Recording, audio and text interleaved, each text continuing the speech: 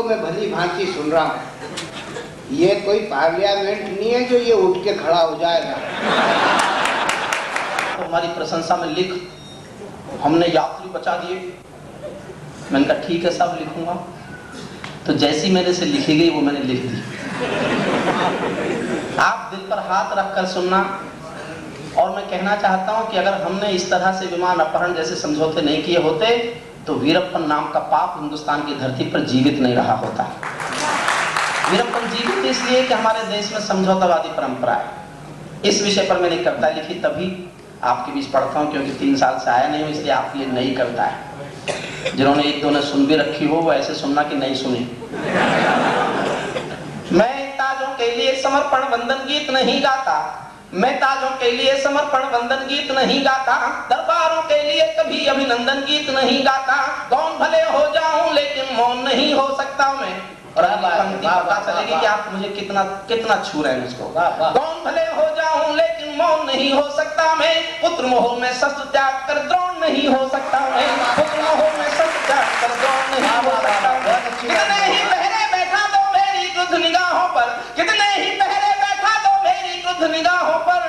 मैं दिल्ली से बात करूंगा भीड़ भरी चौराहों पर, मैं दिल्ली से बात करूंगा भीड़ भरे चौराहों पर। मैंने भूपा कश्मीरथी का घोड़ा रुकते देखा है। और एक पंक्ति में कविता का शीर्षक गाता हूं साहब, दुख होगा सुनकर मुझे लिखते हुआ था। मैंने भूपा कश्मीरथी का घोड़ा रुकते देखा है, मैंने भूपा कश्मीरथी का घोड़ा रुकते देखा है।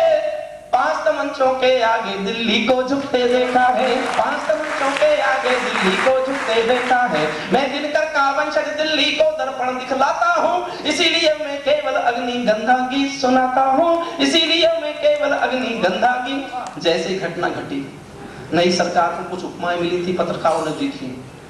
ये अर्जुन है, ये राम है, ये भीष्म है, ये युधिष्ठिर है। बड़ा अच्छा लगा था, हमने सोचा था शायद होंगे। जब भारत का यान खड़ा था कंधारों की धरती पर, जब भारत का यान खड़ा था कंधारों की धरती पर, असमंजसता बनी हुई थी भारतीयों की मुक्ति पर। भीम छिपाकर मुंह बैठे थे बेशर्मी के दामन में, अर्जुन का गांडी पड़ा था कायरता के आंगन में। रावण वटहास करता था पंचवटी की राहों में, रावण वटहास करता था पंचवटी की राहों में। राम घिरे लाचार खड़े थे गठबंधन की बाहों में, राम घिरे लाचार खड़े थे गठबंधन की बाहों में। हम हमदर्दी खोज रहे थे काबुल वाले गैरों में। और आपके दिल को दुख पहुंचा हो तो एक पंक्ति फिर जोरदार सदन की तालियां मांगती है।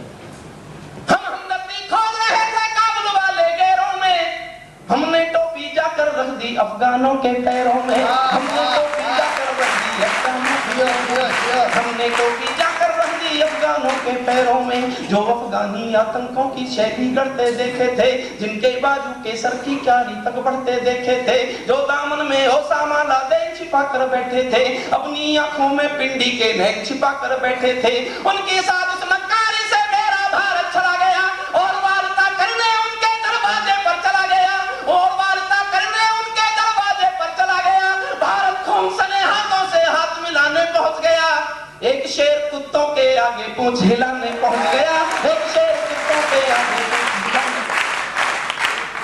अफगानी चेहरे पर उजले भनके भी तरकाले थे, तालिबान के सारे पासे मामा शकनी वाले थे, उनसे कोई आशा करना दिल्ली की नादानी थी, इस चौसर में हार युधिष्ठिर की निश्चित हो जानी थी। दिल्ली के दरबार फैसले गलत वरण कर बैठे हैं, दिल्ली के दरबार फैसले गलत वरण कर बैठे हैं। पांडव खुद ही पंचाली का चीरहरण कर बैठे, पांडव खुद ही पंचाली का चीरहरण कर बैठे। खुददारी को रहन किए बैठे हैं हम, स्वाभिमान को दहन किए बैठे हैं हम। मैं दरबारों की लाचारी को चाणक्य पढ़ाता हूँ, इसीलिए मैं केवल अग्निगंधा गीत सुनाता हूँ, इसीलिए मैं केवल वाह भैया वाह। विमान अपहरण के बाद यात्रियों को थोड़ा थोड़ा पानी मिलता था, ऐसी सूचना है। साहब मैंने जिसलिए कविता लिखी अब सुनो, थोड़ा और गंभीरता चाहता हूँ। जिनके दिल में दया नहीं उमड़ी रमजान महीने में, वो भी रमजान का महीना था जब विमान का अपहरण हुआ था। मैं पढ़ाता हूँ एक यूनिवर्सिटी में, कानून पढ़ाता हूँ, मैंने इस्लाम पढ़ा है और संसार का इस्लाम पढ़कर बोलता हूँ, जो व्यक्ति रमजान के पवित्र महीने में किसी मासूम का अपहरण करके हत्या कर सकता है वो कुछ भी हो सकता है, सच्चा मुसलमान हो ही नहीं सकता।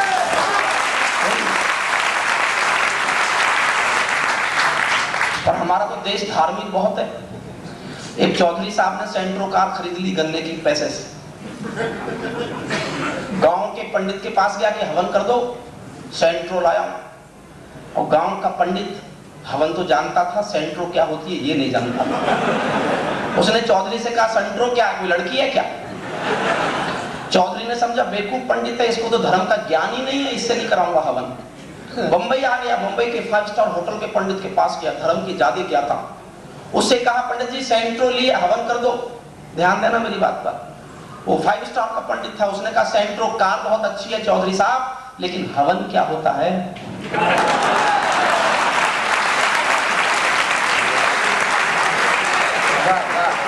पूरा देश धार्मिक।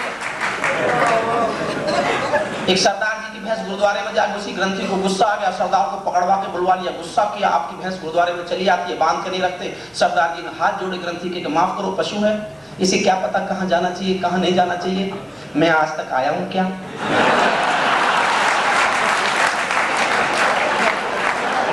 और हम कहां तक गए, हम कितने धार्मिक हैं। एक 90 साल का बूढ़ा मुसलमान बीमार हो गया, डॉक्टरों ने कहा बचोगे नहीं, 24 घंटे में मर जाओगे। ये सुनते ही घर वालों से कहा एक पंडित बुलाओ। मुसलमान ने कहा पंडित बुलाओ। घर वालों ने पूछा क्या हो गया? 90 साल कट्टर मुसलमान रहे, मरने से पहले पंडित का क्या करोगे? बोले हिंदू बनूंगा। बोले क्यों? बोले मुसलमान क्यों मरे?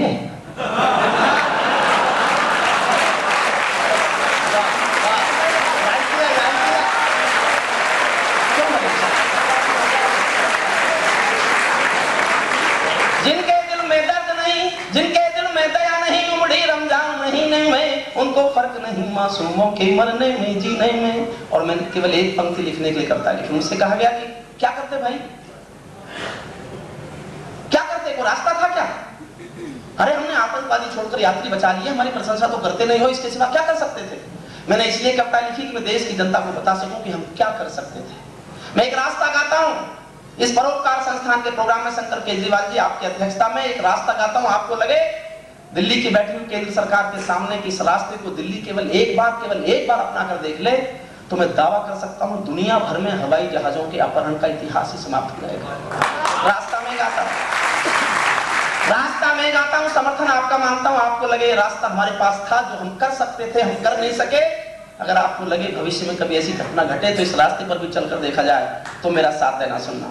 जिनके दिल में दया नहीं, उमड़ी रमजान महीने में, उनको फर्क नहीं मासूमों के मरने में जीने में। जब हत्यारों ने इंसानी रिश्ते नाते जागे थे, जब हत्यारों ने इंसानी रिश्ते नाते जागे थे, और फिरौती में दिल्ली से 36 के जी मांगे थे, तब दिल्ली वालों ने केवल निर्णय एक लिया होता, 36 के 36 को तोड़ के मुंह से मार दिया होता।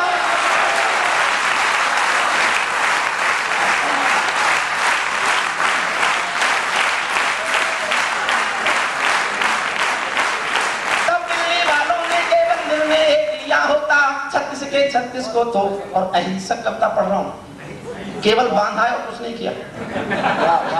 बांधना भर काफी था 120 बी में, एक आईपीसी की धारा। 36 के 36 को तोप के मुंह से बांध दिया होता, और चुनौती दे दी होती सीधे रावण पिंडी को। भीष्म पिता में क्षमा नहीं कर सकते और शिखंडी को, भीष्म पिता में क्षमा नहीं कर सकते और शिखंडी को। हमारी दिल्ली की आंखों में काल दिखा होता, काश हमारी दिल्ली की आंखों में काल दिखा होता, और अटल जी की आंखों का डोरा लाल दिखा होता। नेम तीसरा डमरू वाला शिव ने खोल दिया होता, लाल किले पर सीना ठोक के हमने बोल दिया होता। अगर खरोंचे भी आई जो भारत के बाशिंदों को, जिंदा एक नहीं छोड़ेंगे बंदी पड़े दरिंदों को, जिंदा एक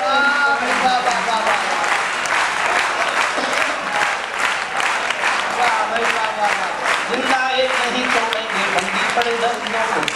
बंधक भी बसते भारत का गौरव भी जिंदा रहता, बंधक भी बसते भारत का गौरव भी जिंदा रहता, और हमारा सर दुनिया में यूं ना शर्मिंदा रहता। आतंकों के आंधी तूफान बादल सब रुकते दिखते, चंदा तारे भारत माँ के चरणों में झुकते दिखते। काश उन्हें हम हिंदुस्तानी पानी याद दिला देते, उनको तो क्या उनके बाप को नानी याद दिला देते, उनको तो क्या उनके बाप को नानी याद। तो हर कीमत पर समझौते के आदी हैं।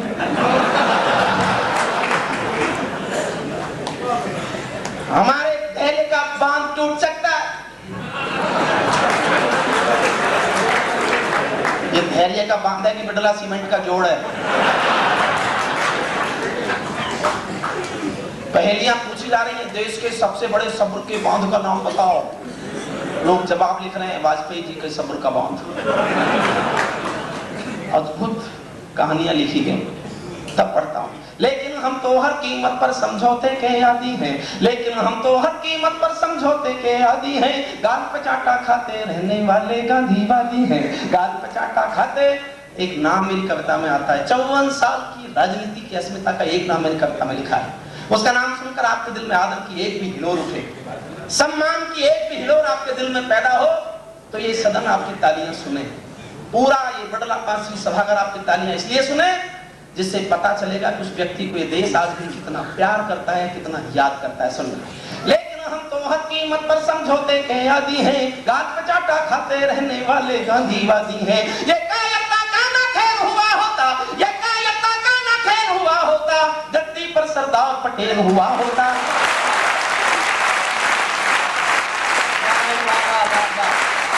ये कायरता का ना खेल हुआ होता, धरती पर सरदार पटेल हुआ होता। उग्रवाद की उम्र सांस कर दी जाती, आतंकों की कोख बांझ कर दी जाती, आतंकों की कोख बांझ कर दी जाती। इस नादानी पर मैं मुट्ठी कस-कस कर रह जाता हूँ, इसीलिए मैं केवल अग्निगंधा गीत सुनाता हूँ, इसीलिए मैं केवल अग्निगंधा।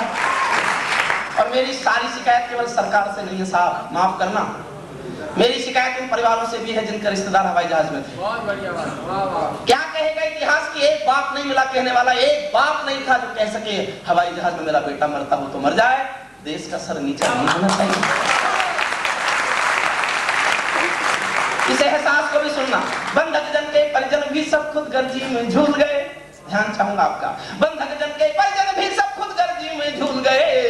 अपने रिश्ते याद रहे भारत माता को भूल गए, अपने रिश्ते याद रहे भारत माता को भूल गए। उनके हर परिजन ने कायर होने का आभास दिया, नहीं किसी ने देश प्रेम का दिल्ली को विश्वास दिया।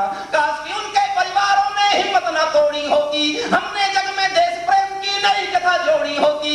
यात्रियों के परिवारों की भी कोई जिम्मेदारी थी, सच पूछो तो दिल्ली उनके परिवारों से हारी थी, सच पूछो तो दिल्ली उनके परिवारों से। वाह वाह वाह, एक पंक्ति पर कविता की आत्मा टांगता, सच पूछो तो दिल्ली उनके परिवारों से हारी थी।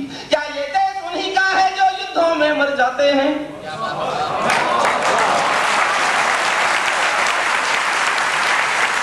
वाह वाह, सैनिक मरेगा देश के लिए।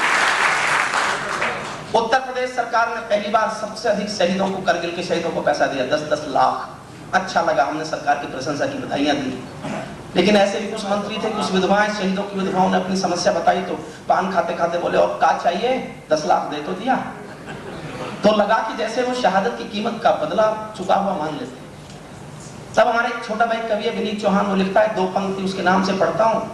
जब कोई शहादत की कीमत देकर के समझे कि 10 लाख देकर उसने शहादत की कीमत दे दी है, तो विनीत लिखता है कि तुम 10 लाख देकर समझते हो शहीदों की कीमत चुका दी आपने।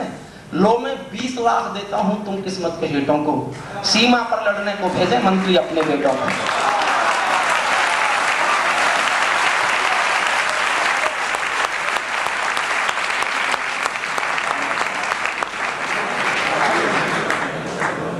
क्या ये देश उन्हीं का है जो युद्धों में मर जाते हैं, अपना खून बहाकर टीका सरहद पर कर जाते हैं। ऐसा युद्ध वतन की खातिर सबको लड़ना पड़ता है, संकट की घड़ियों में सबको सैनिक बनना पड़ता है। जो भी कौम वतन की खातिर मरने को तैयार नहीं, उसकी संतति को आजादी जीने का अधिकार नहीं, उसकी संतति को आजादी जीने का अधिकार नहीं। किसके कितने लाल सलोने सीमा पर छिन जाते हैं, गुरु गोविंद जी के बेटे दीवारों में छिन जाते हैं। मंगल पांडे आजादी का परवाना हो जाता है, ऊधम डायर से बदले को दीवाना हो जाता है। झांसी की रानी लड़कर राजधानी मिटवा देती है, पन्ना धाय वफादारी में बेटा कटवा देती है।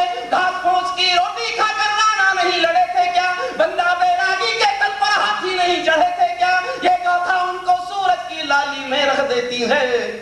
हाड़ी रानी शीश काट कर थाली में रख देती है, हाड़ी रानी शीश काट कर थाली में रख देती क्लिंटन साहब भारत में आए तो उनसे एक बात कही गई लगातार कि पाकिस्तान को आतंकवादी देश घोषित करो। क्लिंटन ने क्या जवाब दिया ये नहीं पता चला किसी को।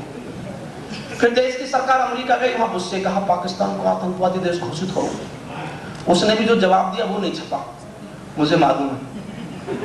अच्छा आप खुद सोचो, अगर आप किसी से कहोगे कि पाकिस्तान को आतंकवादी देश घोषित करो, तो क्या वो आपसे ये नहीं पूछेगा आपने कर दिया क्या?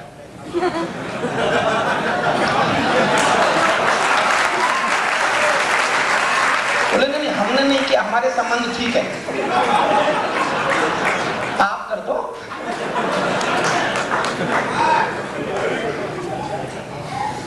हाड़ी रानी शीश काट कर थाली में रख देती है। अब जग के दादाओं से डरना छोड़ो और कराची से अपना नाता तोड़ो। अब एक और महाभारत लड़ना होगा, चक्र सुदर्शन लेकर के अड़ना होगा। मैं अर्जुन को श्री कृष्ण की गीता याद दिलाता हूँ, इसीलिए मैं केवल अग्नि धर्म गीत सुनाता हूँ। अंतिम पंक्ति और सुन लीजिए साहब, अंतिम छंद और सुनता हूँ। एक रूप, थोड़ा पीछे जाइए 14 साल पीछे और पकड़िए मेरी पंक्ति। एक रूबिया की मुक्ति का निर्णय गलत हुआ हमसे। मुफ्ती साहब ने एक सच बोला, मुझे पहली बार एक राजनेता लगा जिसने सच बोला। उन्होंने कहा मैं आतंकवादियों को जानता हूं। ये सच का गुरुदेव आप बहुत दिन से जानते हो, ये मालूम है हमें। एक रूबिया की मुक्ति का निर्णय गलत हुआ हमसे और तभी से पूरी घाटी भर गई आतंकी तम से। हमने अपनी खुददारी के सही जजले नहीं किए और हमारे दरबारों ने लौह फैसले नहीं किए। दो व्यंग और हास्य के श्रेष्ठ कवि, बड़े कवि बैठे हैं यहाँ, माणिक जी और सुरेश शर्मा। उनको सौंपता हूँ 2 पंक्तियां उनके चरणों में समर्पित। पूरी घटना पर एक पोएट कैसे टिप्पणी कर सकता था, 2 पंक्ति सुनिएगा। हमने अपनी खुददारी के सही जजले नहीं किए और हमारे दरबारों ने लौह फैसले नहीं किए। अर्जुन मछली की आंखों पर तीर चलाना चूक गए। मुट्ठी भर जुगनू सूरज के जोत कलश पर थूक गए। मुट्ठी भर जुगनू सूरज के जोत कलश पर थूक गए। जब सिंहासन का राजा ही कायर दिखने लगता है। पूरी दुनिया के लिए पंक्ति पढ़ रहा हूं। अगर नादेर को अमेरिका मार नहीं सका तो काय का अमेरिका खत्म, अमेरिका खत्म, समझिए आप। चाहे फिजी हो चाहे कुछ भी हो, मैं वहीं तक पूरी दुनिया के लिए पंक्ति पढ़ रहा हूं। जब सिंहासन का राजा ही कायर दिखने लगता है तो पूरा मौसम हत्यारा डायर दिखने लगता है, तो पूरा मौसम हत्या। अब तक मैं कहता रहा, ताली बजाइए। मैं एक पंक्ति पढ़ता हूं साहब और आपको चुनौती देता हूं, आप में से एक भी व्यक्ति ताली बजाने से खुद को रोक सके तो रोक के दिखाइए। अभी तो पढ़ी नहीं है और अपना कुछ नहीं कह रहा, आप ही के दिलों में बहते हुए राष्ट्र प्रेम की लहर से कुछ बूंदें चुराता हूं।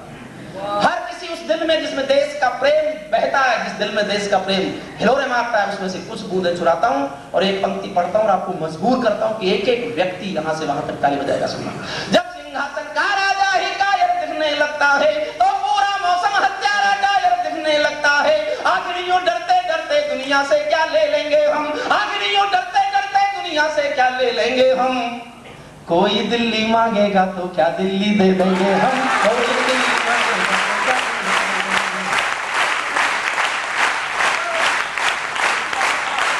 कोई दिल्ली मांगेगा तो क्या दिल्ली दे देंगे हम। जेल भरे क्यों बैठे हैं हम आदमखोर दरिंदों से। किसी ने कहा छोड़े क्यों थे, मैं पूछता हूँ ये जिंदा क्यों थे।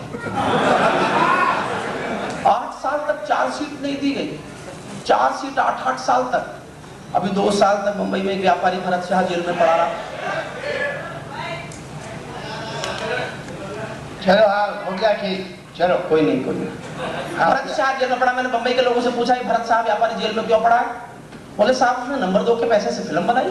मैंने कहा कौन सी। बोली चोरी चोरी चुपके चुपके। मैंने कहा उसे तो इनाम मिलना चाहिए, कम से कम नंबर 2 के पैसे की फिल्म का नाम तो ठीक रखा।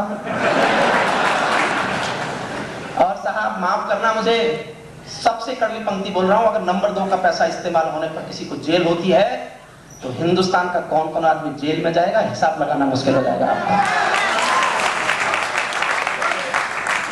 अगला एक और तर्क है, उसने कहा साहब नहीं उसकी कुछ अंडरवर्ल्ड से बात पकड़ी गई टेलीफोन पर। मैंने कहा इसमें क्या बुराई, भारत सरकार तो आतंकवादियों से करती है। अंतिम पंक्तियां सुन लीजिए। जेल भरे क्यों बैठे हैं हम आदमखोर दरिंदों से, जेल भरे क्यों बैठे हैं हम आदमखोर दरिंदों से। आजादी का दिल घायल है जिनके गोरख धंधों से।